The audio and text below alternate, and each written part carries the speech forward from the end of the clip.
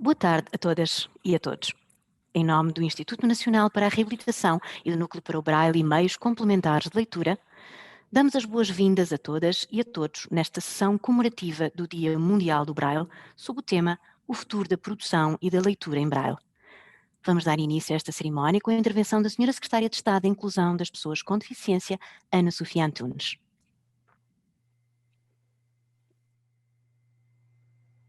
Boa tarde a todos.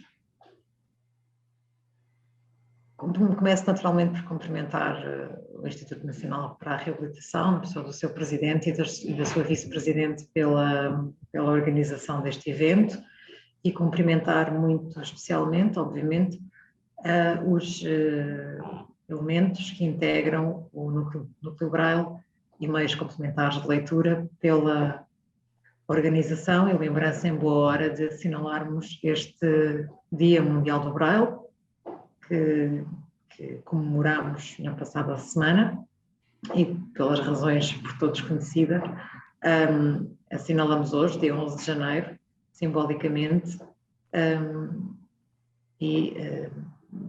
reconhecer-vos o facto de terem organizado este evento e de termos já uma participação e uma assistência tão simpática através deste meio alternativo que nos reúne aqui hoje nesta plataforma. As minhas palavras são de saudação e de reconhecimento por este momento e por esta organização.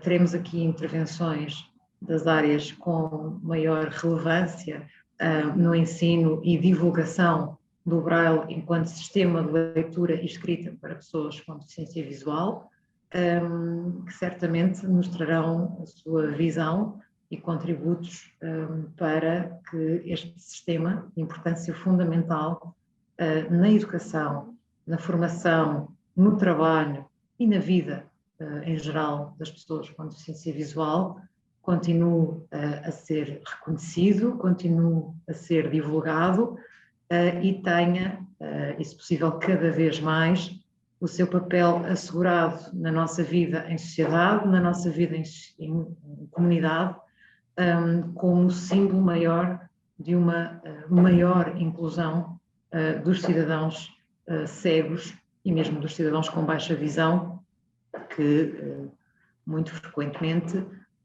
acabam por optar por dominar este sistema no desenvolvimento das suas atividades do dia-a-dia, das suas atividades de vida diária.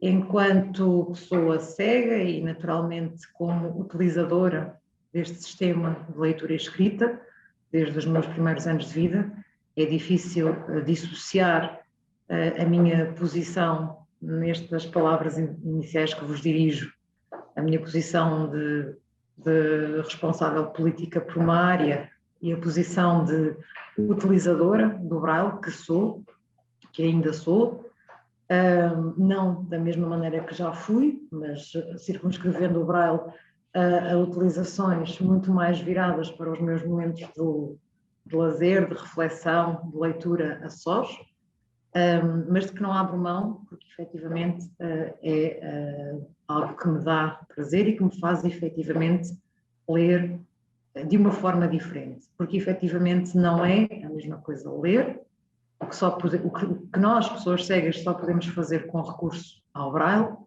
e ouvir ler. São efetivamente coisas distintas.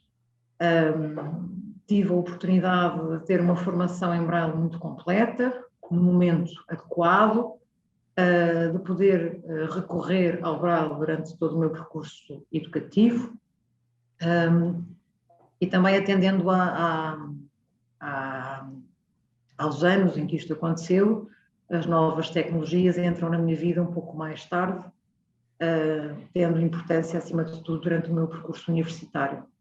Penso que elas foram fundamentais também e sem dúvida que nos dias de hoje o Braille e as novas tecnologias são perfeitamente compatíveis e conciliáveis, até porque os hardwares e os sistemas que o permitem têm cada vez mais um figurino mais acessível do ponto de vista financeiro e também através do recurso aos produtos de apoio. É importante, é fundamental que principalmente as crianças cegas tenham acesso ao Braille o mais cedo possível, sem esse contacto direto com a letra, com a escrita, com a palavra, com a ortografia, dificilmente poderão em algum momento fazer um bom percurso educativo, sólido, com bases, aprendendo corretamente a escrever, a exprimirem-se, mas também a pensar.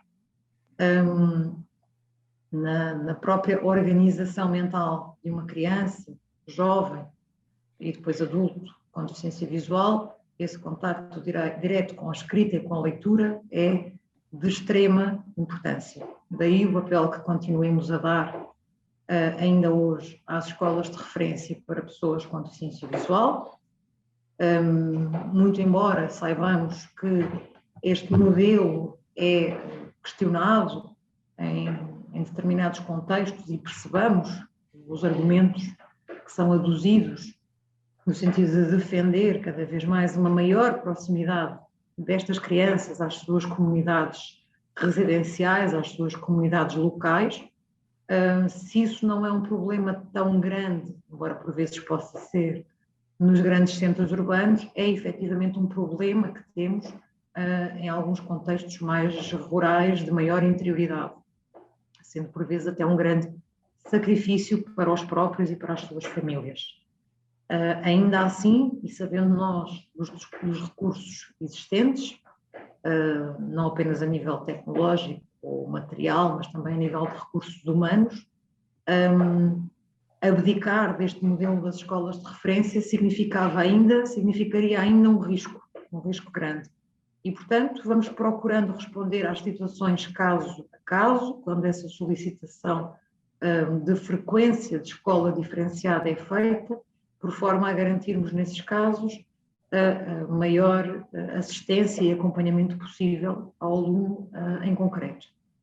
De todo modo, continuamos a valorizar o papel destas escolas de referência e penso que todos aqueles que com elas tenham tido contacto ou que tenham conhecido alguma poderão facilmente constatar o nível de apetrechamento que nelas existe, o nível de formação superior dos técnicos e dos professores que lhes estão afetos, e daí o facto de termos mantido este modelo ainda ao abrigo do Decreto-Lei 54.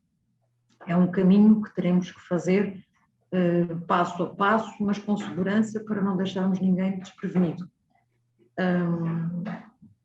É visível por quem contacta de perto com estes alunos que, efetivamente, alunos cegos que não tenham efetivamente uma boa preparação com base no Braille, não têm as mesmas hipóteses de fazerem um percurso educativo de sucesso, o que terá N consequências conforme os anos vão passando, seja ao nível da conclusão do seu percurso letivo, seja ao nível da possibilidade de frequência do ensino superior, seja ao nível das possibilidades em concreto de trabalho a que poderão aspirar, a que poderão candidatar-se.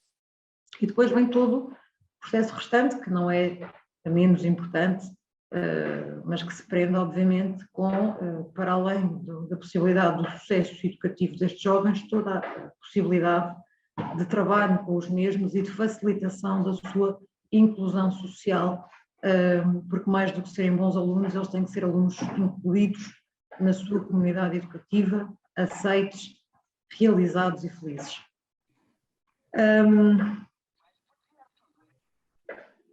Quero, efetivamente, deixar-vos uma palavra de reconhecimento por este momento. Não poderei ficar convosco durante a tarde por outros assuntos já agendados, mas espero que o evento decorra com bastante interesse e certamente qualidade técnica e científica do mesmo está garantida com o programa que foi preparado e com a qualidade dos intervenientes que por aqui vão passar ao longo desta tarde. O meu muito obrigada e vida longa ao Braille. Muito obrigada pelas suas palavras, Senhora Secretária de Estado. Vamos agora dar início à nossa mesa redonda, onde teremos o prazer de ouvir como oradores e oradora Nuno Malho, coordenador do Centro Professor Albuquerque Castro, que é colaborador da Santa Casa da Misericórdia do Porto desde o ano de 2000, é licenciado em Ciências Sociais e desempenhou várias funções na área financeira da Santa Casa da Misericórdia do Porto, sendo atualmente coordenador do Centro Professor Albuquerque Castro. Juntamente com o Dr. Nuno Malho, está Dr. Nuno Pinto, coordenador da área Braille do Centro Professor Albuquerque Castro, é colaborador da Santa Casa da Misericórdia do Porto também desde o ano 2000, transcritor Braille no Centro Professor Albuquerque Castro desde 2010 e é atualmente coordenador da área do Braille do Centro. É formador de Braille desde 2018. Iremos também ouvir Filomena Pereira, mestre em Educação Especial pela Faculdade de Motricidade Humana, Universidade Técnica de Lisboa, é diretora da Direção de Serviços de Educação Especial e de Apoio Socioeducativo da Direção-Geral de Educação do Ministério da Educação. Tem experiência docente nos ensinos básico e superior e coordenação de cursos de formação contínua. Tem participado em projetos de âmbito nacional e internacional no domínio das necessidades especiais e da educação inclusiva, área onde se inserem a maior parte das publicações por si produzidas ou em coautoria. Tem desenvolvido atividades de colaboração com instituições de ensino superior público na organização de cursos de formação especializada de professores. Colabora com o World Bank e a Unicef para a área da educação inclusiva. É representante do Ministério da Educação em diversos grupos de trabalho da União Europeia que estudam a temática das necessidades especiais e é membro do Conselho de Representantes do European Agency for Special Needs and Inclusive Education em representação da Direção-Geral de Educação. Depois, iremos também ouvir Carlos Santos Ferreira, responsável pela área de leitura para deficientes visuais da Biblioteca Nacional de Portugal. É licenciado em Organização e Gestão de Empresas pelo Instituto Superior de Ciências do Trabalho e da Empresa. É responsável da área de leitura desde o ano de 2012. Especialista de Informática no Ministério da Educação entre 1997 e 2011. É funcionário da Associação de Cegos e Invalídos de Portugal, tendo sido entre 1980 e 1997. Foi membro da Comissão Braille entre o ano 2000 e 2003. É, neste momento, membro do Núcleo para o Braille e Meios Complementares de Leitura desde 2012. É ainda responsável pelas equipas que desenvolveram as aplicações informáticas sobre tratamento automático de textos adaptados para impressoras Braille e o programa de autoformação de informática para cegos com acompanhamento à distância. E teremos também Peter Caldwell, espero ter dito bem o nome, coordenador do Centro de Produção Documental da ACAPO, da Associação de Cegos e Invalídos de Portugal. Trabalha no mundo da deficiência visual há mais de 30 anos. Inicialmente foi formador de inglês e de orientação e mobilidade. Há 20 anos que trabalha como técnico de acessibilidade na ACAPO. Em 2021 foi nomeado coordenador do Centro de Produção Documental desta associação. E, finalmente, para moderar esta mesa redonda, temos Adalberto Fernandes, do Instituto Nacional para a Reabilitação, meu estimado colega, e que para a excelente audiência desta tarde dispensa quaisquer apresentações. Dr. Adalberto, passo-lhe a palavra. Muito obrigado, doutora Helena Coelho, pela objetiva e excelente apresentação dos nossos preletores e da nossa preletora nesta mesa redonda sobre o futuro da produção e da leitura Braille. Esta mesa é uma espécie de viagem aos bastidores da produção e também pela magia do futuro. Como diz o povo, o futuro a Deus pertence, mas cá para nós, para o Braille, o futuro do Braille está nas nossas mãos. Aliás, com a minha experiência como diretor do Centro Helen Keller no início dos anos 80 do século passado, com a professora célebre, professora Delino, apercebi-me da extraordinária importância do Braille para a autonomia, participação, inclusão, felicidade das crianças e dos jovens e dos adultos que utilizam este extraordinário sistema de leitura e de escrita. Por isso, neste momento, no Dia Internacional do Obrigado, uma gratidão extraordinária da minha parte por todos os defensores e militantes desta causa, que é uma causa pública da cultura, da educação e da inclusão. Eu estou com enorme expectativa porque quando temos um livro nas mãos, queremos que ele seja bonito, qualificado, correto, e vamos até aos bastidores da produção, das questões que se levantam hoje dos novos hábitos de leitura, dos custos que representam também todas as produções em Braille. E nada melhor do que começar pelo Porto, pelo Centro Professor Albuquerque Castro, da Santa Casa da Misericórdia do Porto. Penso que começamos a horas, tendo-se o vosso tempo e todas as felicidades para a vossa intervenção, Nuno Malho e Nuno Pinto, do Centro Professor Albuquerque Castro. Felicidades. Muito obrigado. Se me dão licença, vou retirar a máscara. Nós vamos fazer aqui a nossa intervenção em 2 momentos. O primeiro momento falarei eu, o segundo momento falará o Nuno Pinto. E então vou começar pelo seguinte: queria agradecer, primeiro desejar boa tarde a todos, e antes de mais gostaria de agradecer em nome do SEPAC, que é uma unidade da Santa Casa Misericórdia do Porto, agradecer o convite que muito nos honra e orgulha para esta nossa conversa. Queria também aproveitar a oportunidade aqui para todos os intervenientes, deixar os nossos votos de um bom ano de 2022 e também agradecer a presença da senhora Secretária de Estado para a Inclusão, uma vez que a sua presença confere e reforça a importância desta nossa conversa, cujo objetivo final nos une a todos. Nós aqui na nossa temática, eu e o Nuno, que o futuro da produção e da leitura, optámos por dividir a frase a meio e falar sobre o futuro da produção e o futuro da leitura. E porquê esta nossa opção? Porque nós, enquanto sendo produtores de conteúdos Braille, notamos muito que se os conteúdos não forem bem produzidos, bem trabalhados, bem transcritos, a segunda parte da nossa frase, leitura em Braille, fica logo comprometida à nascença.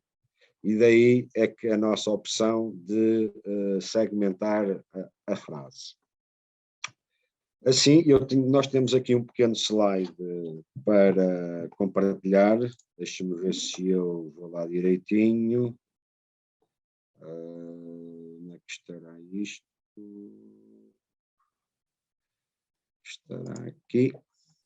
Estará onde?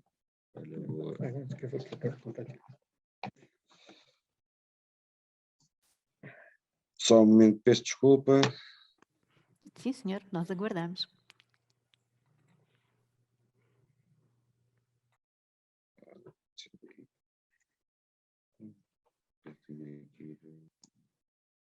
Pedimos desculpa, mas nós continuamos com a leitura sem a apresentação do slide. Pronto, como eu estava a referir, nós segmentámos a frase em duas situações, o futuro e a leitura. No caso do futuro da produção do Braille, o que nós sentimos aqui e temos os nossos leitores e de quem nos procura e que valorizamos muito é a pertinência e a qualidade dos conteúdos que nós transcrevemos aqui. E porquê? Porque a transcrição é feita por pessoas, somos nós, juntamente com os nossos colegas cegos que trabalham connosco, que fazemos essa transcrição dos conteúdos para Braille e não feita meramente por máquinas. Porque é que este pormenor para nós é importante?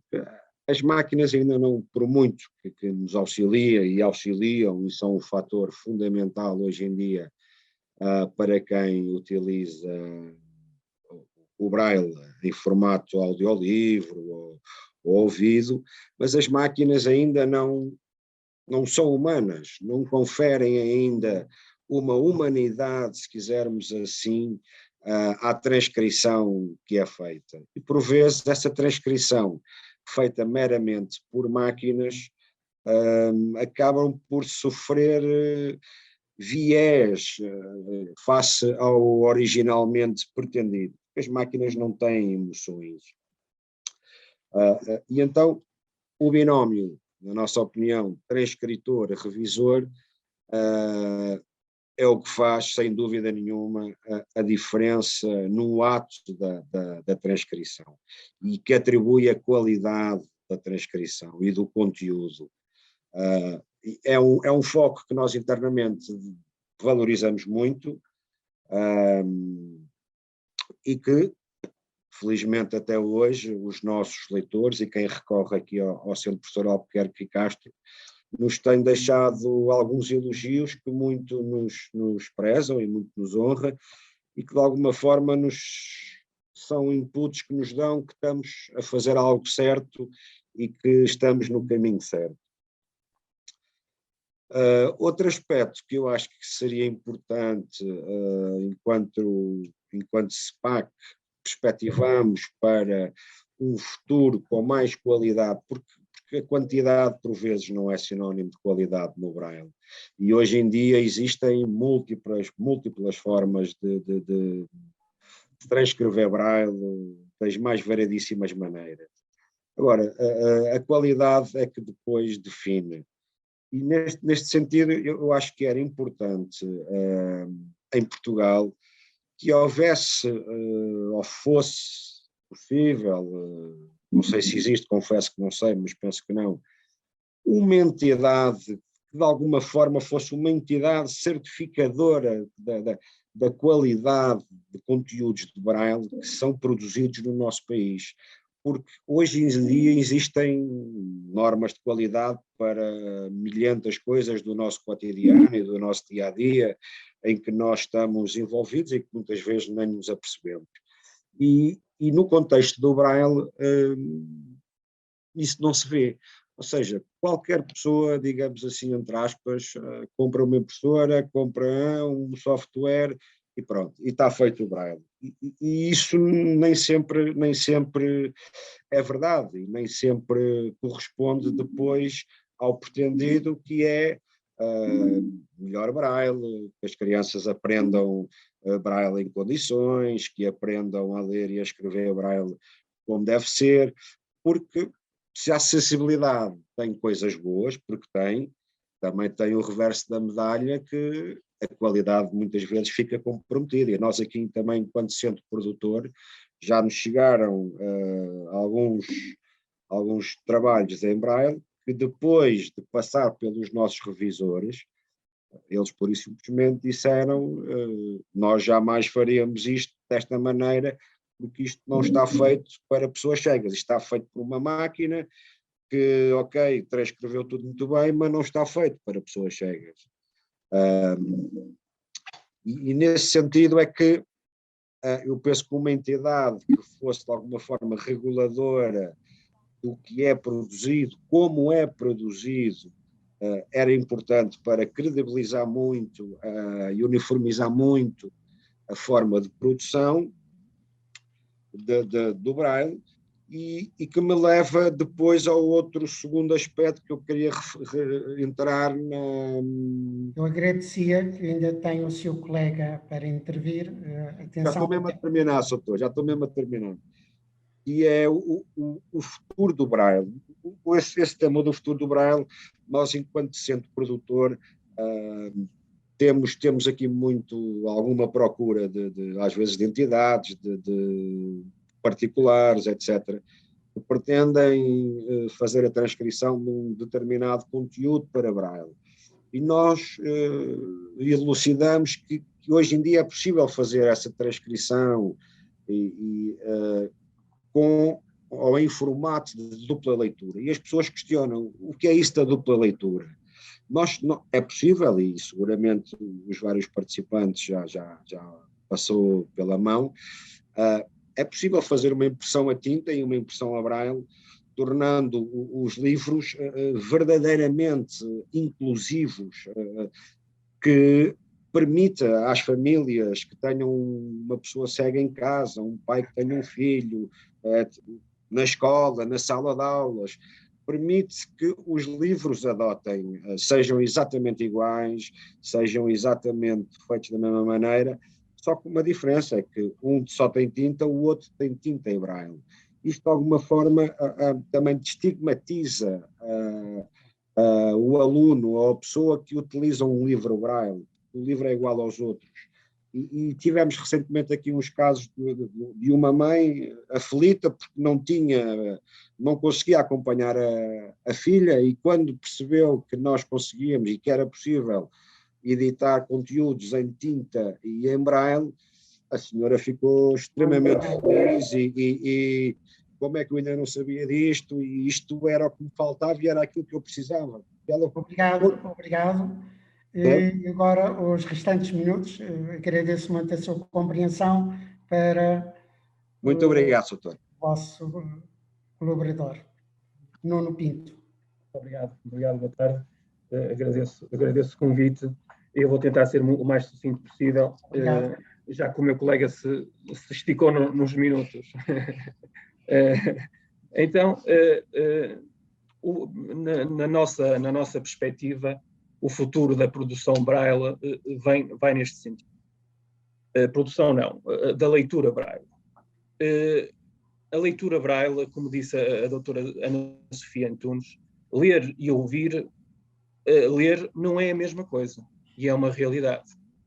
Quando a gente temos acesso a um conteúdo digital, não é a mesma coisa que estamos a ler um livro em papel, com os pontos, com as letras, com as palavras, as frases, etc. É algo completamente diferente. Além disso, está cientificamente provado que a experiência tátil estimula o cérebro e torna o processo de leitura mais agradável, o que lhe confere uma vantagem única.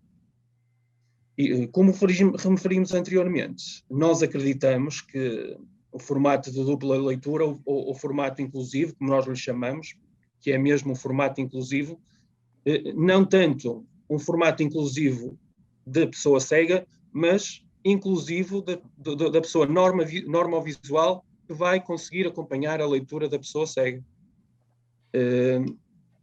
E acho que está a conquistar um espaço no seio do mundo braille e que irá realmente permitir desestigmatizar quem utiliza este tipo de leitura.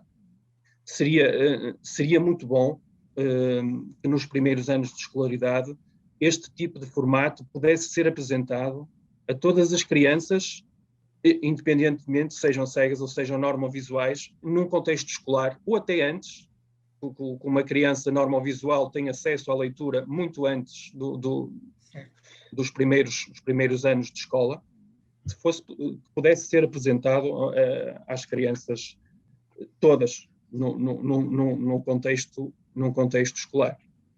Por fim, a realização de uma caracterização demográfica da população cega e ambulíope seria algo muito importante para nós conseguirmos identificar as fragilidades que existem e podemos adaptar a nossa produção às necessidades que existem para a comunidade cega e não só.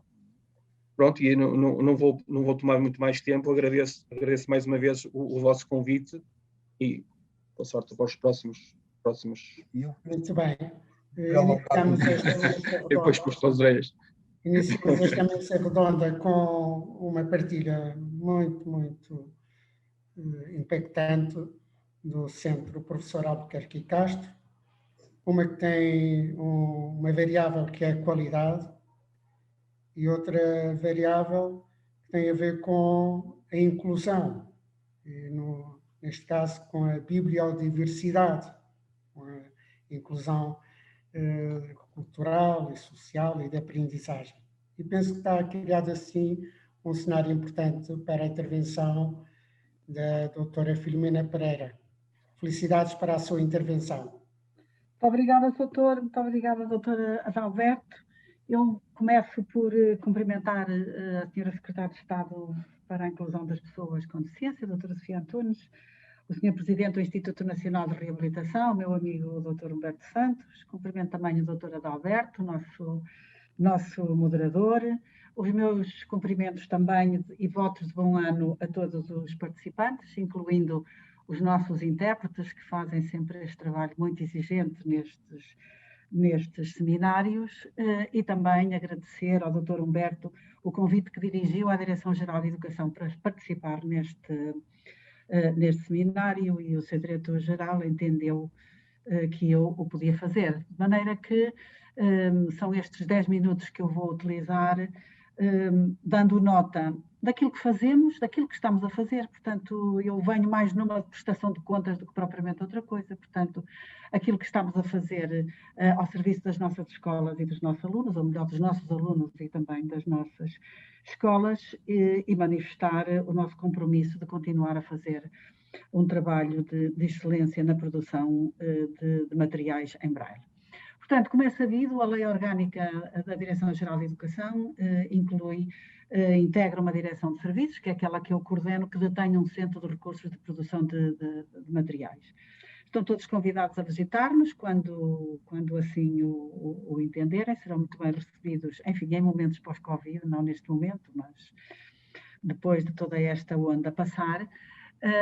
E, portanto, enfim, tenho uma pessoa que conhecem bem, que é a Cristina Miguel, que integra o núcleo de Braille, enfim, que faz todo o trabalho de coordenação da produção Braille, que é, de certa forma, a área mais forte deste centro de recursos.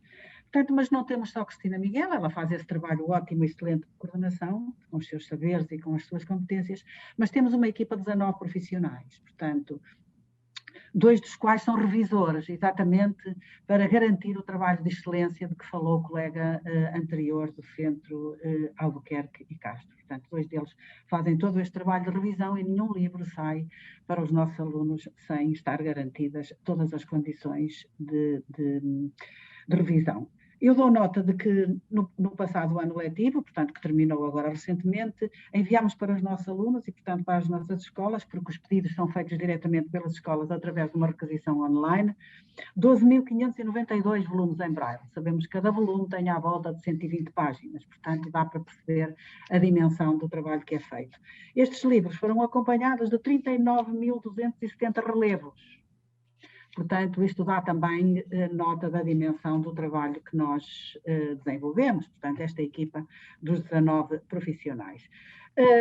Alguns destes volumes são de leitura recomendada, portanto, obras literárias, e fazemos ainda também a transcrição para braille de livros do Plano Nacional de Leitura, isto só para dar a dimensão do trabalho. Portanto, quando eu estou a falar em manuais escolares e obras literárias, estou a falar em produtos para todos os níveis de educação e de ensino, incluindo o ensino profissional.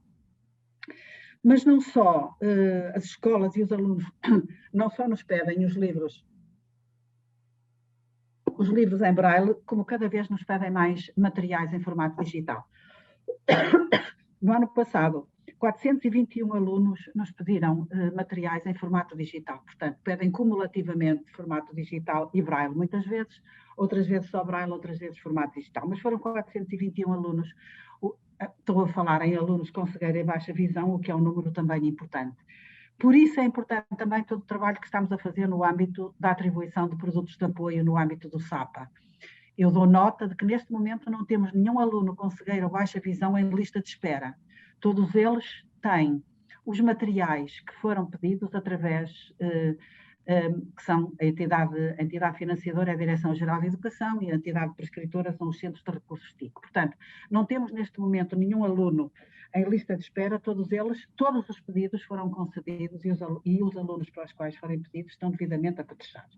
Se alguém conhecer algum aluno que precisava de produtos de apoio e não os tem, eu agradeço que o sinalizem diretamente para o meu e-mail, porque isso pode sempre acontecer e todos são poucos para identificar situações em que os direitos humanos precisam de ser garantidos. Portanto, temos os nossos alunos, eu acho que isto é uma boa novidade para todos, temos os nossos alunos com cegueira e baixa visão, neste momento, todos eles equipados. Só para vos dar uma ideia, muitas vezes, para cada aluno são 5.000, 6.000 euros, mas isso não importa, são sempre muito bem gastos. Portanto, fazemos ainda todo o trabalho, porque estamos na educação, de transcrição braille das provas de avaliação externa, portanto, estou a falar nas provas de exame, e participamos ainda também com as entidades competentes nas Olimpíadas Braille. Ora bem, para além da produção, eu gostava também de dizer que a Direção-Geral, através do Centro de Recursos e através também destes profissionais, garantimos também o apoio a muitas entidades que nos pedem para apoiar o trabalho no âmbito da acessibilidade. E se calhar vou ser um bocado exaustiva, mas eu acho que é muito importante saber-se quais são as entidades que nos pediram ajuda e para as quais a Direção-Geral ajudou, apoiou na criação de condições de acessibilidade, enquanto serviço e especialista nesta área, apesar disto não estar nas suas atribuições orgânicas.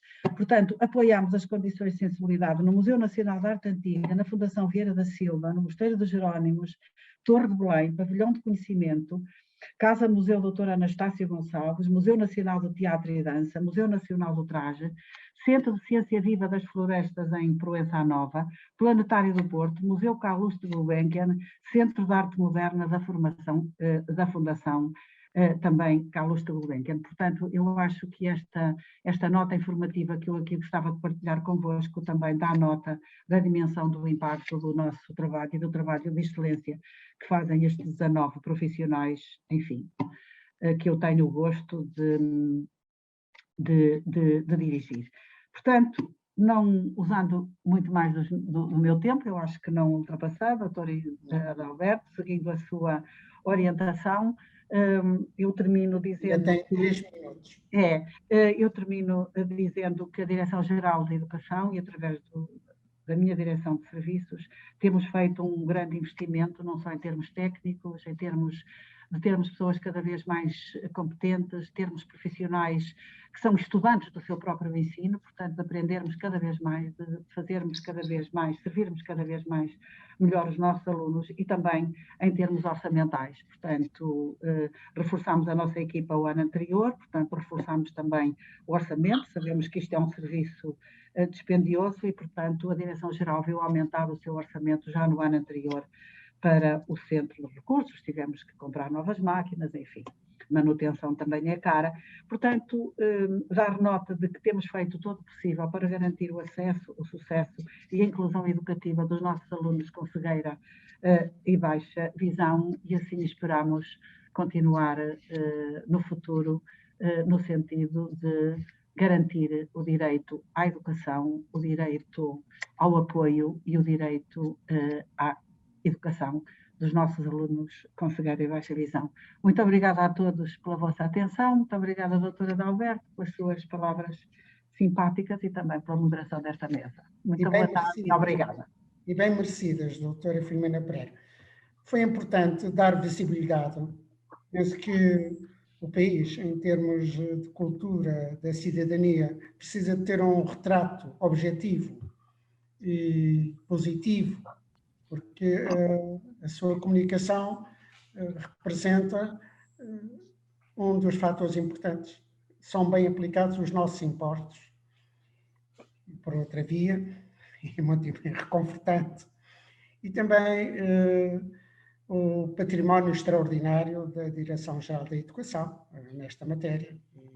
E obrigado pelo sempre convite que faz para a visita ao vosso centro de produção, e temos, eu falo aqui em nome, se me é permitido, do Instituto Nacional para a Reabilitação, toda a cooperação que a Direção-Geral da Educação e o próprio Ministério da Educação, nestas matérias tão importantes e tão pertinentes da cultura da educação e do sucesso académico e profissional dos nossos amigos e amigas com deficiência visual. Foi um momento importante de visibilidade e de prestação de contas. Fica sempre muito bem. E nesta onda, penso que é uma boa onda para o surf comunicativo do Dr. Carlos Santos Ferreira. É um renovado prazer tê-lo conosco e ter esta oportunidade de aprender consigo, com a vasta experiência que tem nesta matéria de produção e da leitura e dos seus questionamentos sempre pertinentes e que me servem de referência para caminhar com outra energia, partilhando também da sua motivação. Felicidades para a sua intervenção, Dr. Carlos Santos Ferreira. Obrigado, Dr. Adalberto. Boa tarde a todos. Queria cumprimentar os colegas participantes da mesa e todos os participantes, em especial também o Sr. Presidente do INR, a doutora Ana Sofia já saiu, mas também deixo aqui os meus cumprimentos. E obrigado por este momento de falar um pouco sobre o futuro da produção e da leitura em Braille. Antes de mais, eu tinha pedido à gestão do evento que colocasse no ar uma hiperligação para um vídeo.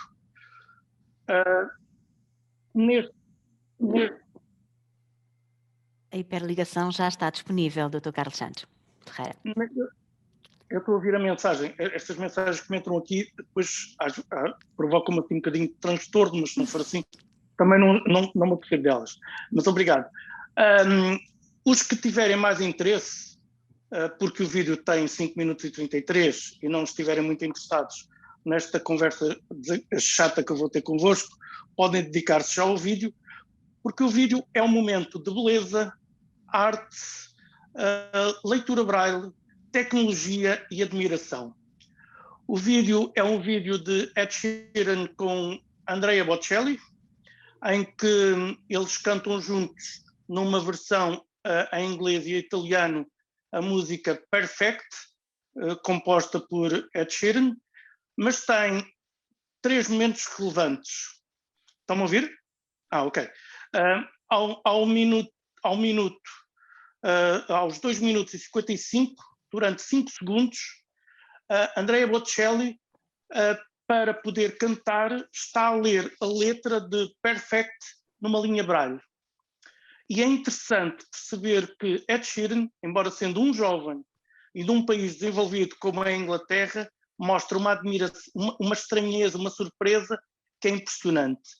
Aos 3 minutos e 10 e aos 4 minutos e 10, o vídeo volta a mostrar exatamente a linha braille, para se perceber em que é que Andrea Bocelli estava a tocar quando provocou aquela admiração toda a Ed Sheeran. Vale a pena, porque são este tipo de vídeos, ainda que um curto espaço, como sabem, é um vídeo no YouTube, tudo isto é muito caro, mas a promoção é excelente e vale a pena olhar para este vídeo, para além da beleza que é a música. Bom, passando este momento, esperando que já toda a gente esteja a ver o vídeo e não me esteja a ouvir, vou falar um bocadinho sobre o futuro da produção e da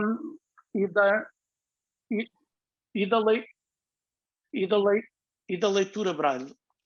Bom, obviamente que isto tem que ser dividido em 2. Temos que falar primeiro da produção, ou podíamos falar primeiro da leitura, mas como assim está colocado, vamos começar pela produção e depois pela leitura braille. Bom, começando por descrever aqui o processo de produção, como nós o desenvolvemos aqui na área de leitura para deficientes visuais, nós recebemos um suporte, um digital, seja preparado por nós a partir de um scanner ou de um OCR, seja diretamente a partir de uma editora. O que nós fazemos é depois trabalhar esta obra. E como é que nós fazemos? Nós partimos desta versão digital para preparar depois uma versão digital que pode ser lida em braille, novamente, obviamente, numa linha Braille, mas que pode ser também preparada para impressão em Braille. O trabalho aqui não é complicado, nós temos, sobretudo, que proceder à adaptação do livro e, sobretudo, descrever os elementos gráficos. Perdi-me aqui um bocadinho, aqui nas minhas notas. Bom, este trabalho é relativamente fácil, nós fazemos quando o livro vem da editora, seja no formato PDF, ou seja no formato Word, nós o que fazemos é convertê-lo, quando vem no formato PDF, é convertê-lo também para formato Word, para facilmente o trabalharmos, e procedemos à adaptação, à descrição dos grafismos e colocámo-lo depois, transpomos-lo depois para o Braille Fácil, que é a aplicação que neste momento a generalidade das entidades em Portugal utilizam para produzir Braille. Isto tem um inconveniente, é que o Braille Fácil só recebe informação em modo texto, e todos os estilos se perdem automaticamente. O que nós fazemos aqui na BNP, utilizamos dois métodos alternativos. Executamos uma macro que construímos dentro do Microsoft Word para localizar os estilos, os negritos, os boldos, etc., e substituí-los pelo correspondente sinal em Braille, ou, em alternativa, utilizamos uma pequenina aplicação que eu desenvolvi aqui, que vai ler o ficheiro original em RTF, lendo os códigos, procurando exatamente os códigos que identificam o bold, os que identificam o sublinhado, que identificam o itálico, e depois convertê-los para um novo ficheiro em que os substitui pelos correspondentes caracteres Braille. Bom, feito isto, fazemos também recurso a macros que construímos para eliminar algumas elementos supérfluos, como demasiadas linhas em branco, etc. E temos temos o material pronto para ser impresso. A partir daí, o processo é relativamente simples, é organizá-lo em volumes e proceder à sua impressão. É evidente que nós aqui na Biblioteca Nacional, para além dos livros em Braille, produzimos também livros áudio, mas isso é uma conversa para outra altura, uma vez que o livro áudio é muito importante, mas é para quem não pode ler. Atualmente, o acervo da ALDV é constituído por 3.891 livros Braille impressos em papel, por 449 livros em Braille digital, temos 1.263 livros em digital texto e temos ainda para os leitores, para as pessoas que não podem ler, livros em formato áudio, e neste momento temos 2.305. Importa realçar que nós neste momento precisávamos, e eu deixo um desafio ao INR e ou à ACAP, para aproveitarem esta conjuntura favorável do plano de resiliência para tentarmos construir uma aplicação informática que seja capaz de resolver os problemas que nós sentimos na produção Braille. Ou seja, esta história que nós utilizamos aqui de utilizar macros, recorrer a aplicaçõezinhas que eu desenvolvo, etc., é preciso um know-how que nem todas as instituições têm. E nós precisamos de ter uma aplicação que o faça. Eu, em 92, coordenei a equipa que desenvolveu a primeira e única aplicação feita em Portugal para a transcrição de textos para impressoras Braille, o TATAIB. Tive a oportunidade de já falar com o Sr. Presidente da ACAP no sentido de podermos reaproveitar esta aplicação e convertê-la para formato Windows, mas nós precisamos de ir mais longe, precisamos de sentar, fazer o levantamento dos problemas que temos e apontar soluções, como é que os vamos resolver. Nós temos, sobretudo, grandes dificuldades quando pretendemos produzir material que vai para além do texto simples. Se o material engloba expressões matemáticas ou expressões químicas, os problemas agravam-se. E nós precisamos, mesmo ao nível das grafias, ter uma maior aproximação entre a grafia matemática e a grafia química para que possamos ter o nosso trabalho mais facilitado. Queria, por último, antes de passar ainda rapidamente à leitura, falar aqui um pouco sobre a música. Tem 5 minutos. Muito obrigado. Eu gostaria de falar aqui um bocadinho sobre a música.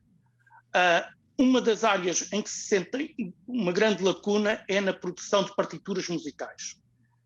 A área de leitura para deficientes visuais tem um número significativo de partituras musicais, mas são partituras antigas e que estão em volumes, algumas em mau estado, etc. E nós não temos condições para produzir, para transcrever músicas para Braille. Quando demos lançamento do Repositório Nacional de Objetos Informáticos Alternativos, estava na nossa mente digitalizar através de OBR estas partituras e torná-las acessível e imprimir a pedido de cada um dos utilizadores. Foi uma tarefa que se percebeu rapidamente que era muito complicado com os recursos humanos e materiais que nós temos de levarmos a cabo. Mas, felizmente, encontramos uma alternativa. Nós somos membros da Biblioteca Digital da ONCE e somos membros do Accessible Book Consortium da Organização Mundial de Propriedade Intelectual. E nestas duas plataformas, os nossos leitores, todos os cegos interessados em Portugal, podem recorrer a nós, porque na ONCE temos cerca de 3.000 partituras musicais que podemos disponibilizar em formato digital ou imprimir a pedido, e no ABC nós temos 8.170 partituras musicais que podemos disponibilizar em formato digital ou imprimir. O que nós vamos fazer na área é, porque é uma lacuna grande e porque os estrangeiros não produzem, é fazer a redigitalização das obras de compositores portugueses, porque é uma carência grande e nós sabemos que os estrangeiros não vão produzir obras musicais de autores portugueses. Seria também importante, nesta área, encontrar uma fórmula que permitisse resolver esta lacuna. Não sei se o INR e a ACAP se podem constituir como entidades que podem recorrer e recrutar os serviços das pessoas com competências para isso, quando houver pedidos de estudantes de música com deficiência visual, que essas pessoas sejam capazes de transcrever estas obras especificamente de compositores portugueses. Relativamente a compositores estrangeiros, eu penso que se os interessados recorrerem aos nossos serviços, terão, por certo, não digo uma oferta integral, mas muito próximo disso. Bom, rapidamente e aproveitando o resto do tempo que me resta, passar aqui à leitura, bom, eu queria dizer que, de acordo com a definição da Infopédia, ler é enunciar ou percorrer com a vista ou com os dedos palavra, texto, procurando interpretar o seu significado. Dizia também Clément Marot que um homem não pode bem escrever se não gostar um pouco de ler. E a partir daqui tudo se desenha. Como se sabe, os cegos e as pessoas com baixa visão profunda, a única forma que têm de ler é através do sistema Braille. E isso passa por um princípio básico. A qualquer criança na escola é exigível, no final do 4º ano do primeiro ciclo, que saiba e que demonstre as suas competências na área da leitura, da escrita e do contar. Se uma criança cega não for logo conduzida para uma leitura em Braille, ela não pode chegar ao fim desse tempo e demonstrar essa competência na área da leitura. E não há outra forma de o fazer. Por outro lado, no meu ponto de vista, a leitura Braille para as crianças cegas não pode ser vista como uma disciplina complementar. Tem que ser uma área de formação que vá sendo ministrada ao mesmo tempo que a necessidade surge. À semelhança do que é feito com uma criança que vê, quando tem necessidade de aprender uma determinada letra, um conjunto de letras, etc., é nessa altura que é ministrado, a criança cega deve ser feita exatamente de igual forma. E não pedir-lhe que, para além do período normal de escola, tenha um período complementar em que faça a sua aprendizagem em Braille. O mesmo se passa aos níveis mais avançados. Ou seja, não se deve exigir aos alunos do básico e secundário que tenham disciplinas complementares de grafia matemática ou de grafia química. Esta simbologia deve ser ministrada e deve ser apreendida pelos alunos no decorrer das aulas. Porque eu, quando estudante, quando o meu professor de matemática vinha falar de uma nova representação matemática, eu precisava do sinal na altura. Não era depois ir ler um compêndio onde via uma lista de sinais. O processo tem que ser repensado, tem que ser refletido. Mas, tirando isto, o Braille e as tecnologias sempre se deram muito bem. Contrariamente a alguns mitos que estão a surgir atualmente, a informática para as pessoas cegas não começou com a síntese de voz, começou com o Braille. Em 1975, há o primeiro aparecimento com o Digicassette, que é o pai do Versa Braille, e em 1980, quando surgem os primeiros PCs, computadores pessoais da IBM, o que acontece é que aparece o Braille XPC e nos anos 80 aparece uma proliferação de linhas Braille, desde a Alva, a Papenmeier, etc. A síntese de voz começa a aparecer e com muito má qualidade, toda a gente se lembra daquela caixinha que era o Opol, que tinha uma voz terrível, no final dos anos 80. Os leitores de ecrã, é que toda a gente associa hoje síntese de voz, não, eles começaram exatamente com linhas Braille. Os leitores de ecrã são programas especializados que fazem gestão da informação e que depois a disponibilizam em modo de texto e as enviam para um determinado periférico, que pode ser para um sintetizador ou para uma linha Braille. E, inicialmente, nós tínhamos leitores de ecrã a trabalhar só com linhas Braille. Quando começaram a surgir os sintetizadores de voz, passámos a ter leitores de ecrã a trabalhar com síntese de voz. E depois rapidamente se percebeu que o melhor era ter um leitor de ecrã que funcionasse com as duas coisas. E é isso que temos hoje, felizmente, no mercado. Isto para dizer que quem quer ler, continua a ler em Braille, e pode ler em Braille tal qual lê em papel, porque hoje, graças às mais antigas bibliotecas informáticas dentro do Braille, que são as do Lai Luís, que têm possibilitado um enorme esforço e uma possibilidade de leitura, as pessoas cegas podem ler num computador, tal qual tivessem a ler em papel, de acordo com a sua grafia, sem ter que recorrer ao chamado Braille de 8 pontos, etc. Carlos Ferreira, pode concluir, por favor? Só meio minuto, faz favor. E estas bibliotecas permitem-nos exatamente também poder gerar e produzir Braille de grande qualidade. Por último, queria realçar que atualmente nós temos uma série de editoras, desde o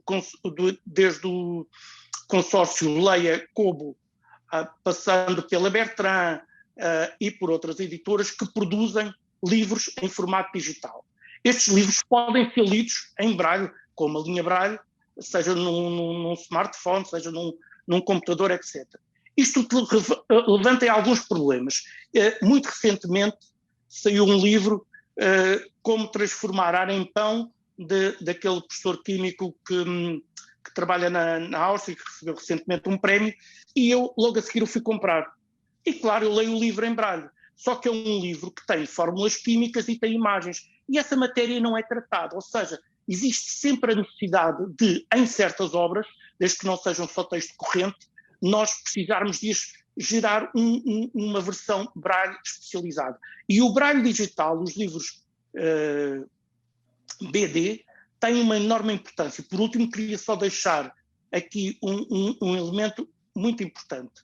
Nós, como eu já disse, fazemos parte do ABC, o Accessible Book Consortium, e dos livros que temos disponibilizados, e que são cerca de 4.000 neste consórcio, os únicos pedidos que tivemos até agora foram de versões de braille digital do National Library Service, da Biblioteca do Congresso, exatamente para recrutar os nossos livros braille e podê-los disponibilizá-los em formato digital braille aos seus leitores, ou, quando necessário, imprimi-los em braille. Muito obrigado e desculpem por me ter alongado um pouco. Obrigado pela excelente intervenção e partilha do património da Biblioteca Nacional de Portugal e com os projetos e as propostas que tomamos boa nota e que o Instituto Nacional para a Reabilitação e a Associação de Cegos e Ambíguos de Portugal e todos estes parceiros. Penso que cada vez mais é importante este desafio às parcerias dos centros produtores e os serviços de leitura braille. E, por fim, antes do debate, a palavra ao representante da Associação de Cegos e Ambíguos de Portugal, a ACAP, o nosso querido amigo Peter. Obrigado. Boa tarde a todas e todos. Algumas pessoas vão reconhecer a minha voz, porque eu trabalho no mundo da deficiência há vários anos, mas apesar da minha rica idade, eu sou o Benjamin do grupo. Estou ligado à produção de documentos em braille apenas uns meses. E então vou, com a irreverência de um Benjamin, colocar uma série de perguntas e sugestões. Porque quando perguntaram-me se poderia falar do futuro da produção e leitura de braille, a minha primeira reação foi: sei pouco do presente, como é que vou prever o futuro? O que sempre ouvi é que o braille está em declínio. Depois de ouvir isso ao longo de 30 anos, o braille deve estar em vias de extinção, mas ainda estamos aqui hoje. Depois pensei, mas afinal não sou o único que não sabe muito sobre o presente. Afinal ninguém sabe, ou certo, quantas pessoas leiam braille diariamente. Podemos ter noção de quantas pessoas pedem um livro a uma biblioteca ou recebem uma revista em braille. Mas sabemos quantas pessoas escrevem uma lista de compras ou uma carta em braille? Sabemos quantas pessoas distinguem uma embalagem de medicamentos de outra através da rotulagem em braille? A leitura não se limita a livros e revistas, mas engloba anúncios, horários de comboio, avisos e recomendações de saúde pública. Muitas pessoas com e sem deficiência visual nunca pegam num livro, mas não deixam de ler diariamente. E além disso, ao longo dos anos, dezenas de linhas de braille foram vendidos. Julgo que algumas estão a ser usadas para ler algo. Também não sabemos quantas pessoas pretendem ler braille, mas não o fazem porque não encontram o tipo de material que pretendem ler. Duvido que a coleção da Biblioteca Nacional tenha muitos livros sobre a manutenção de eletrodomésticos, a criação de pombos e a política externa da China. E é perfeitamente natural e compreensível. Os recursos são limitados e a gama de publicações é enorme. Ao longo dos últimos 20 anos, em média, cerca de 15.000 novos títulos foram publicados a cada ano em Portugal. É óbvio que as pessoas com deficiência visual terão de utilizar vários formatos para ter acesso aos 300 mil títulos publicados neste século.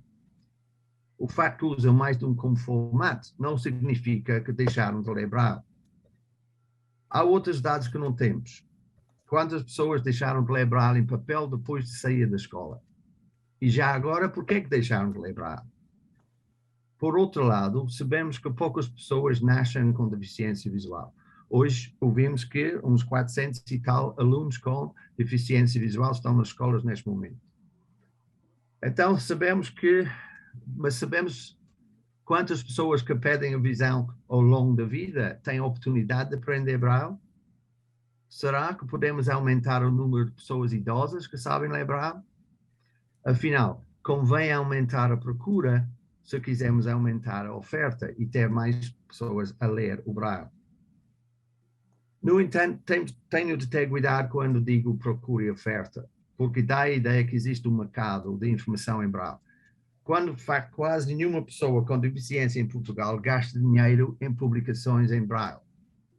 Até há pouco tempo, os pais compravam os manuais escolares dos filhos todos os anos. Agora não é o caso. Mas antes era todas as pessoas que tinham filhos sem deficiência visual tinham de investir nos manuais escolares. Os pais das crianças cegas não. Os manuais em Braille foram sempre oferecidos. Poderiam chegar atrasados, mas eram de graça. Por sua vez, as bibliotecas emprestam os livros gratuitamente e o correio é gratuito. E muitas das linhas Braille usadas em Portugal foram financiadas pelo Estado. O leitor de Braille português não está habituado a pagar. Se existe um mercado para informação em Braille, é parecido com o mercado de livros infantis. Quem lê o livro é uma criança e quem compra é um adulto. Daí a editora ter de agradar dois públicos.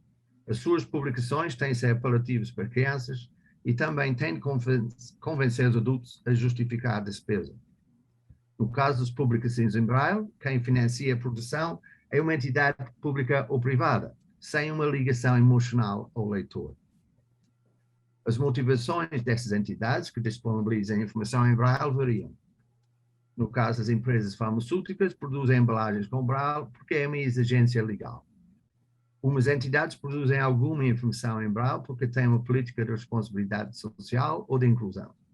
Ou não têm uma política, mas têm uma pessoa bem intencionada que chateou a administração durante alguns anos até obteve uma pequena verba para produzir um ou outro folheto em Braille.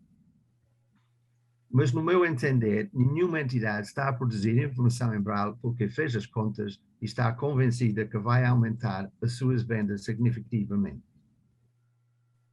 Então, como podemos aumentar a disponibilização de informação em Braille por parte das empresas? O caminho parece ser a legislação, que obriga as empresas e o Estado a disponibilizar informação em Braille. Uma diretiva europeia entrará em vigor em 2025, que incentiva a disponibilização de informação em diversos formatos. Sem fiscalização, que é a prática corrente em Portugal, e sem pressão por parte dos consumidores, duvido que o novo diploma tenha grande impacto no nosso país. E mesmo com pressão, não será fácil mudar hábitos. Uma série de consumidores a escrever e-mails e invocar os seus direitos terá pouca ou nenhuma influência sobre a administração de uma empresa.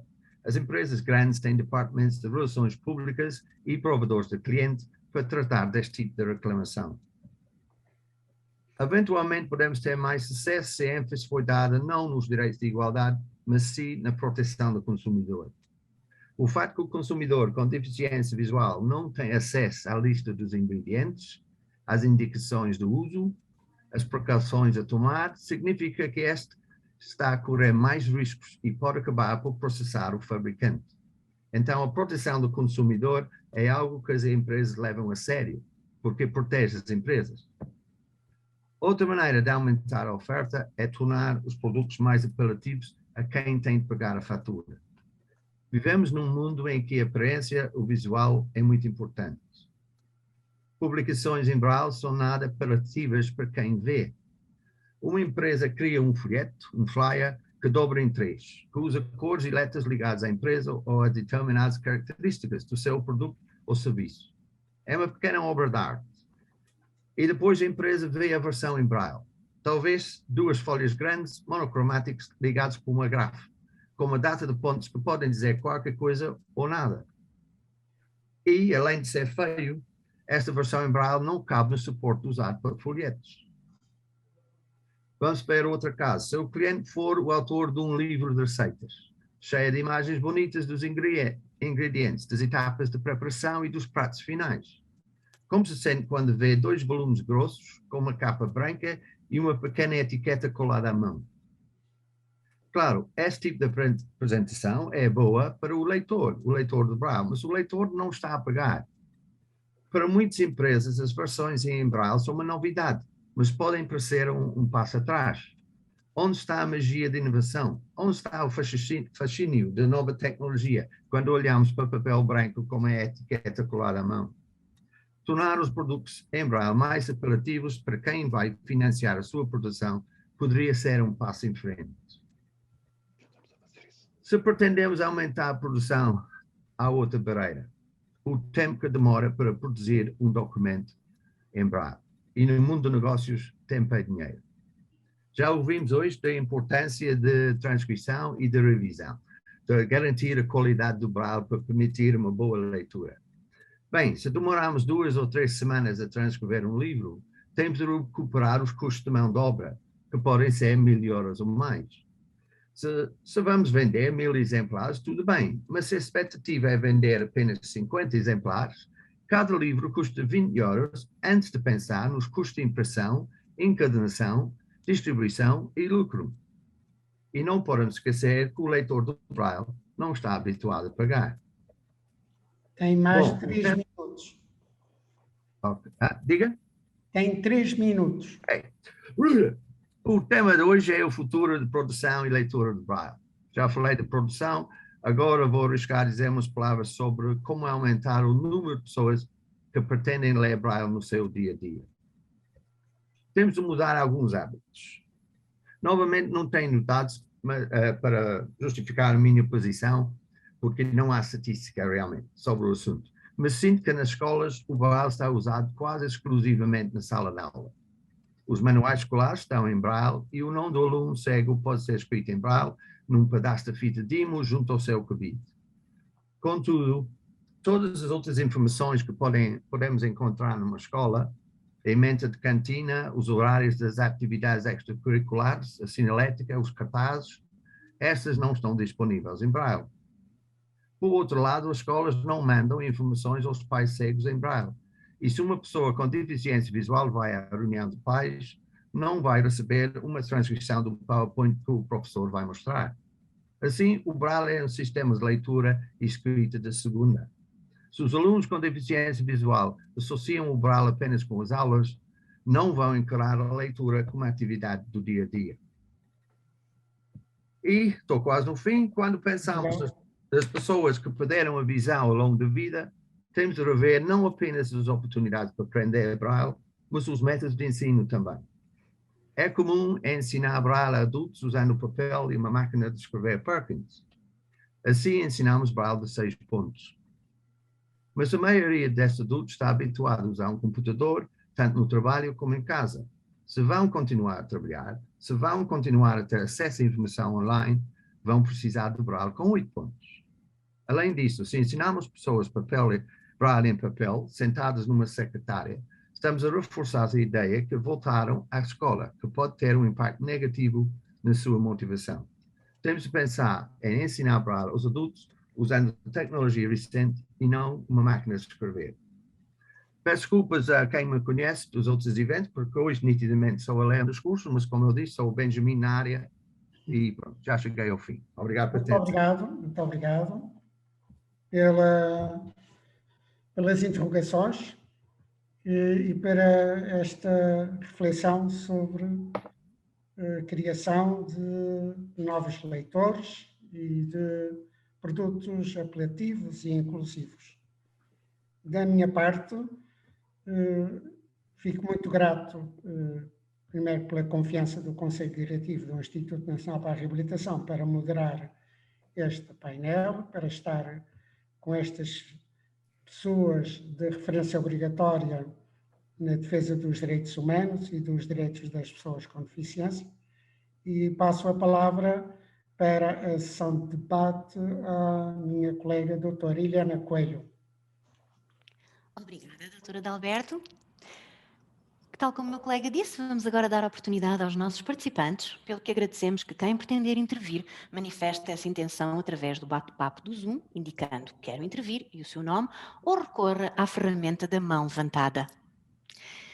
E temos um participante que quer colocar as suas questões. Paulo Galindro. Olá. Pode. Olá, boa tarde.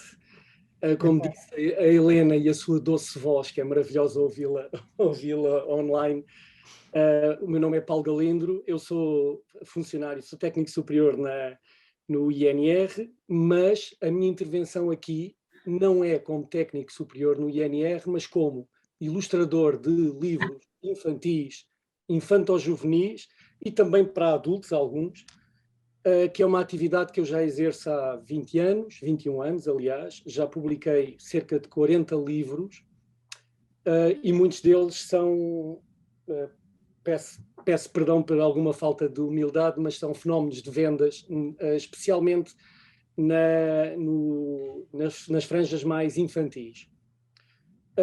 Eu tenho muita vontade, desde sempre, ainda muito antes de trabalhar no INR, que eu tinha vontade de atravessar a ponte entre os livros para as pessoas, os livros ditos, entre aspas, normais para pessoas que veem, e atravessar essa ponte e torná-los de alguma forma, ou seja, de alguma forma passíveis de serem também, não como livros à parte, mas de uma forma integrada, também orientados para as crianças que são cegas. E a minha intervenção tem a ver com algumas questões que eu queria colocar. Desde já adorei ouvir o Peter Caldwell, porque ele pôs o dedo na ferida de uma série de questões que eu tinha aqui para colocar, mas tem a ver essencialmente com a questão dos custos. Porque eu trabalho com muitas editoras e eu, para chegar ao pé de uma editora e dizer que custaria muito que um dos meus livros mais vendidos, como é o caso do Coquedo, por exemplo, que já vendeu 100 e tal, quase 200 mil livros, eu gostaria de saber como é que se seduz uma editora que trabalha com números, que tem que ter questões de dinheiro, uma série de questões que os livros têm que ser desdobrados, como é o peso do livro, o formato do livro, o custo de produção do livro, para que o livro, neste caso do Coquedo, que não pode ultrapassar um determinado valor, que normalmente anda atualmente nos 13 euros, porque de outra forma não se vende, como é que se seduz uma editora para fazer um livro, na minha opinião, tem que ser um livro de dupla leitura, porque de outro modo que resolve a questão que o Peter Caldwell estava a dizer, que é como é que os livros são sedutores, e a forma de serem sedutores é terem também a parte gráfica muito trabalhada, e eu acho que a dupla leitura dá resposta a isso. Porque é um livro que apela a quem vê, mas também apela a quem é cego ou de baixa visão. Portanto, a minha pergunta é essencialmente esta: como é que se mantém um livro dentro de custos que sejam sedutores para quem vê e para quem não vê, e acima de tudo também que garantam o necessário lucro para uma empresa a sobreviver? Essa é a primeira pergunta. A segunda questão tem a ver com o facto de eu trabalhar como ilustrador, portanto, a imagem é muito importante no meu trabalho, mas quando nós estamos a falar de crianças cegas, como é que se faz essa ponte entre... Porque o texto e a imagem complementam-se. Quando nós tiramos a imagem da equação, fica só o texto. E eu volto outra vez a usar um bom exemplo desse meu livro, que é o Coquedo. Se ficarmos só com o texto, nós perdemos cerca de 90% da experiência de leitura. Como é que se colmata esse déficit que resulta do facto de a ilustração não é visível, como é óbvio para quem não vê, passa a redundância. Muito obrigado. A terceira questão, já agora vou ser muito rápido, como é que se resolve a questão da dupla leitura quando os livros têm uma página de um lado e do outro, não é? Porque a dupla leitura, se eu meto Braille de um lado, o negativo do Braille fica do outro, e se do outro vai ter Braille, como é? Portanto, isto é uma questão técnica, não sei se esta é a sede para discutir isto, mas estas são as minhas 3 questões e peço desculpa ter-me alongado demais. Obrigado. Muito obrigado, Paulo Galindo. Gostaria de saber desta mesa quem pode avançar com algum contributo de resposta a estas preocupações do nosso... Olá, boa tarde. Eu posso responder a uma ou duas das questões. Nuno Pinto, da Imprensa Braille da Santa Casa. A questão sobre a transcrição das imagens, é possível fazer, nós conseguimos fazer a transcrição, sendo imagens simples, conseguimos fazer uma cópia, utilizando os outlines da imagem, conseguimos fazer o que está representado no livro. No que diz respeito à impressão nos 2 lados de papel, nós conseguimos fazer também em interponto. A questão é, caso haja alguma imagem, por exemplo, na face A de um livro, na face B já não poderá levar texto em Braille, porque nessa situação não é possível fazer a técnica do interponto. Agora, para responder à sua questão de como criar um livro em dupla leitura com um preço razoável e que seja apelativo às editoras, é complicado. Nós já tivemos várias abordagens por parte de várias editoras e batemos sempre nesse problema, que é conseguirmos fazer um livro de qualidade, apelativo, e que consiga cumprir com os valores estipulados e que temos esse limite. Espero que tenha ajudado na resposta.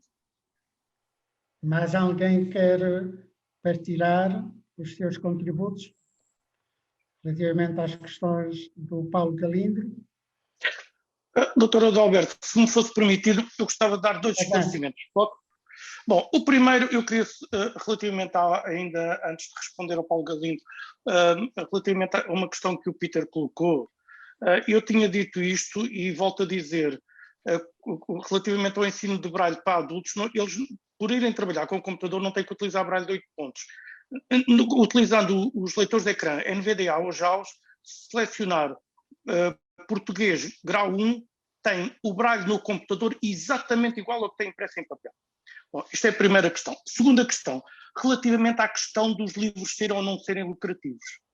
Quem conhece a lei de 4 de setembro de 2019 percebe que uma das coisas que é dito nessa lei é que os livros podem ser gerados em formatos alternativos sem autorização de autores ou editores, desde que não tenham fins lucrativos. Isto porquê? Porque o legislador estava consciente que produzir livros em Braille não é lucrativo para ninguém. Isto é impensável. Não há livros que possam ser lucrativos. Tem que haver uma entidade que os financie, seja pública, privada, seja o que for. Mas pensar que um livro Braille, a produção do livro Braille pode dar lucro, não é possível. Relativamente à questão que o Paulo Galindo pôs, bom, as ilustrações são muito relevantes. Contudo, quando se trata de crianças cegas, é preciso saber se as ilustrações têm o efeito desejado. Porque para um leitor, para uma pessoa cega, uma ilustração não é apreendida com a naturalidade que é por uma criança que vê. As crianças que veem vão apreendendo e vão percebendo as ilustrações ou por contacto regular, etc. As crianças cegas têm que ser ensinadas a ver ilustrações. Se tiver um dia a oportunidade e nos quiser fazer uma visita, eu hei de mostrar um exemplo brilhante de uma representação de um campo de futebol feito em relevo através de um programa informático que nós aqui temos. E aquilo funciona bem, porque eu sei o que é um campo de futebol. Porque se fosse quando eu tinha 6 anos, que nunca tivesse tido a noção de como é que era um campo de futebol, eu não chegava lá. Da mesma forma, por exemplo, quando se trata da representação de um cubo em perspectiva, que para uma criança que vê é facilmente apreensível, para uma criança cega ou mesmo para um adulto cego, se não for ensinado a ver aquilo, ele não sabe exatamente o que é. Por isso, é preciso ter a noção de que o efeito, a imagem é muito importante para as pessoas cegas, mas não funciona exatamente da mesma forma. Muito obrigado, Dr. Carlos Santos Ferreira. Não sei da experiência da Direção-Geral da Educação, se a senhora doutora Filomena Pereira quer acrescentar algo. Relativamente a esta questão tão específica, não, doutor. Obrigado. Doutor, nós colaboramos com algumas entidades que... Era por causa disso mesmo. Nós colaboramos com algumas entidades na perspectiva da produção de livros infantis acessíveis a todas as crianças, incluindo, portanto, também aquelas que têm cegueira ou baixa visão. E nesse processo nós colaboramos através também não só da utilização do relevo, como também a utilização de ilustração infantil que garanta o respeito pelas condições de acessibilidade. Portanto, estou a falar na cor, estou a falar no ruído visual, que não deve existir, estou a falar, enfim, em tudo aquilo que é as condições de acessibilidade quando estamos a produzir um livro infantil com condições de acessibilidade para todos, incluindo também aqueles que têm cegueira e baixa visão. Portanto, a ilustradora que normalmente nós contactamos tem competências aprofundadas na área da acessibilidade e, portanto, é ela que vai garantindo essa qualidade nas publicações. Porque, de facto, ilustração que garanta as condições de acessibilidade, enfim, é preciso saber, não é? É preciso saber, é uma questão muito técnica e, portanto, tem que se recorrer a alguém que tenha competências e que saiba trabalhar para garantir a acessibilidade de todas as crianças, não é? Independentemente das suas particularidades individuais. E, portanto, isso nós fazemos e são sempre materiais muito bem sucedidos, que constam até do Plano Nacional de Leitura e, portanto, algum contributo, se for preciso, nós ficamos ao dispor. Certo, obrigado. Passo à doutora Helena Coelho. Obrigada, doutora Adalberto Fernandes. Neste momento não temos mais participantes a querer colocar questões. Então podemos passar a outra etapa desta sessão. Sim, senhor. E agradecemos a questão colocada pelo nosso colega Paulo Galindro e o nosso especial agradecimento ao nosso moderador e aos 5 oradores nesta sessão pelas excelentes intervenções. Dizer então ao Dr. Paulo Galindro que terei todo o gosto que me contacte logo que tenha essa disponibilidade e vontade. E da parte do SPAC também estamos disponíveis para dar o nosso contributo também. Muito obrigado. Muito obrigada. Muito obrigada a todos. Obrigada. Passamos agora ao nosso momento musical, onde vamos ter o prazer de ouvir o pianista Jorge Gonçalves. Jorge Gonçalves é um pianista cego de Coimbra que frequenta atualmente o programa doutoral em música na Universidade de Aveiro. Na mesma instituição, obteve o grau de mestre em música em 2017. Estudou igualmente piano em Varsóvia, na Polónia, na Universidade de Música Frédéric Chopin e em Paris, na École Normale de Musique Alfred Cortot. Ao longo dos anos tem efetuado variados recitais a solo, como solista de orquestra e música de câmara, em Portugal e no estrangeiro. Vamos então assistir ao vídeo com a sua atuação, para o qual pedimos a vossa atenção.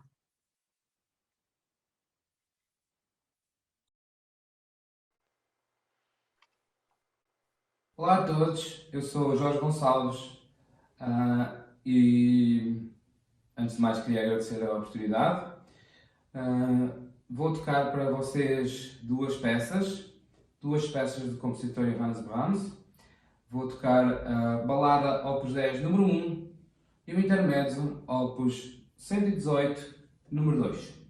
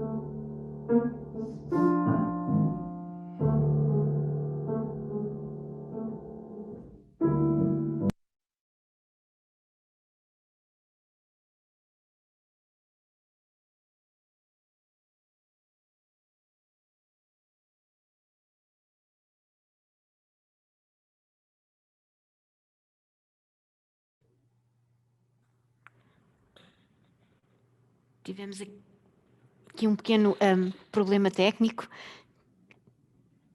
Vamos tentar retomar o vídeo.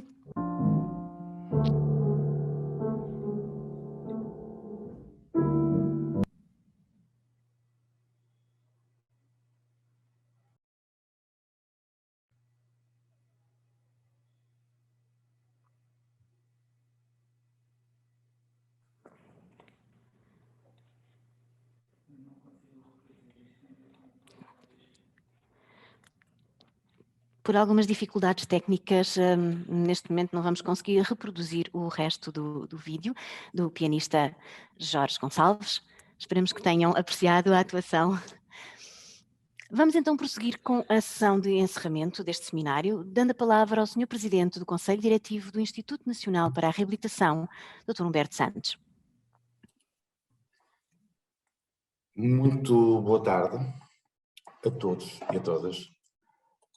Eu quero começar por agradecer a participação da Sra. Secretária de Estado da Inclusão das Pessoas com Deficiência na sessão de abertura deste evento, que é sempre algo que nos permite dignificar em muito estas sessões de reflexão, de partilha, de conhecimento, e por isso fazer aqui o registro de agradecimento pela sua participação.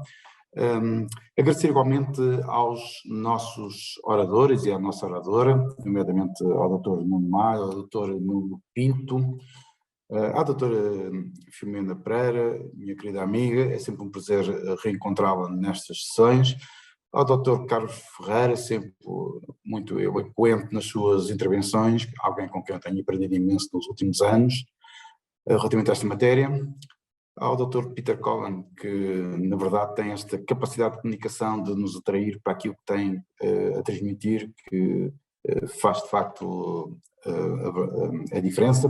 Quero agradecer também a todos e a todas as dezenas de pessoas que têm estado a assistir a esta iniciativa, que na verdade demonstra o melhor elemento demonstrativo que temos para a importância desta ação comemorativa do Dia Mundial do Braille, subordinada ao tema O Futuro da Produção e da Leitura em Braille.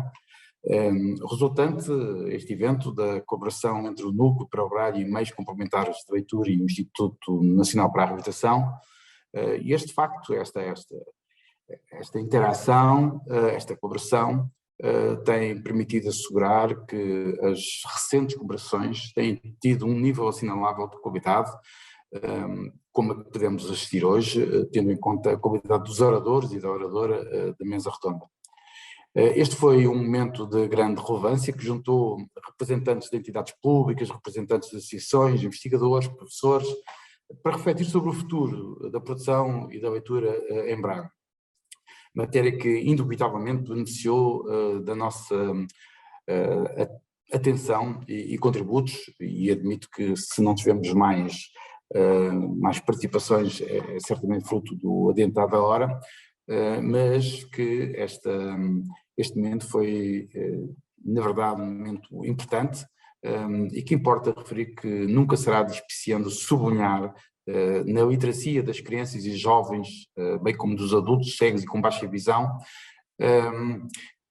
qual é o contributo que o Braille pode ter para a sua plena inclusão social, incluindo no acesso a áreas científicas como a matemática, a física, a química, a informática, mas também as artísticas, tal como a música e a musicografia, e dizer-vos que quem, na verdade, desenhou este evento teve aqui, digamos, um rasgo de gênio ao ter metido este momento musical como que nos brindou o pianista Jorge Gonçalves, a quem muito agradeço esta sua participação, interrompida desta forma, digamos, não esperada, mas ainda assim deu para perceber a importância do Braille naquilo que é, de facto, o processo de formação musical destes nossos concidadãos, com esta especificidade em termos de cuidado visual.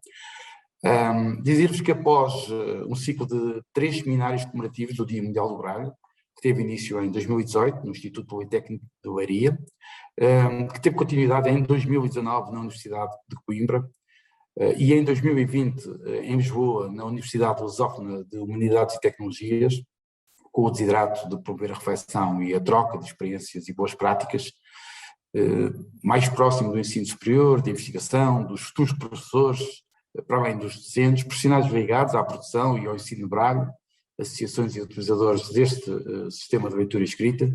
Seguiu-se a sessão comemorativa de 2021, que, tal como esta, tivemos que recorrer à plataforma digital e a contactos à distância para dar espaço a alunos dos ensinos básico, secundário e superior, bem como a adultos que dão primazia ao Braille na sua vida profissional para partilharem as suas experiências.